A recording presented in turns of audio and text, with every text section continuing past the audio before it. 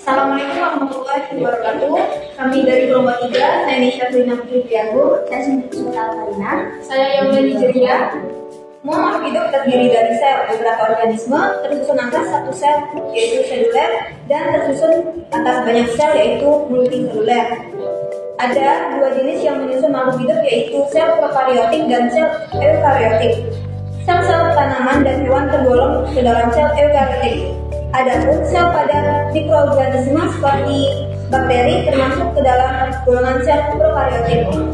Perbedaan pertama dari kedua sel ini adalah sel prokaryotik tidak mempunyai selaput atau membran inti, tidak seperti pada sel eukaryotik yang tampak jelas materi intinya yang dibatasi dengan membran inti. Di pembahasan kali ini kita akan membahas mengenai organel atau bagian apa saja yang menyusun sel prokaryotik. Yang pertama ada kapsul. Beberapa bakteri memiliki kapsul atau lendir yang berada di bagian terluar dari sel.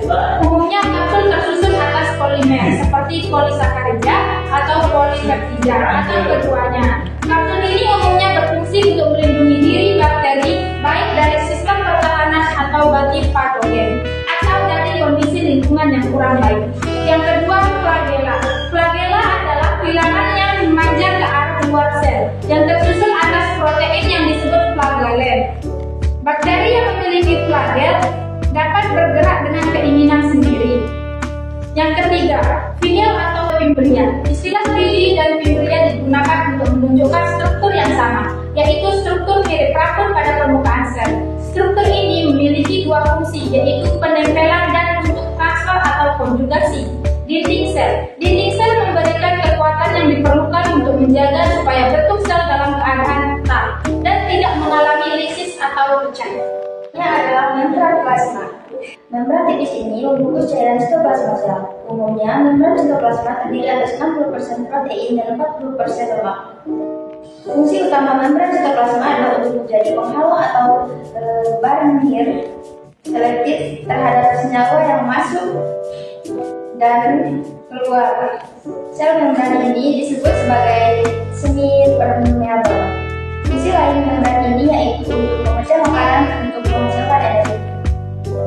Setelah membran plasma, terdapat bagian di dalamnya yaitu sitoplasma.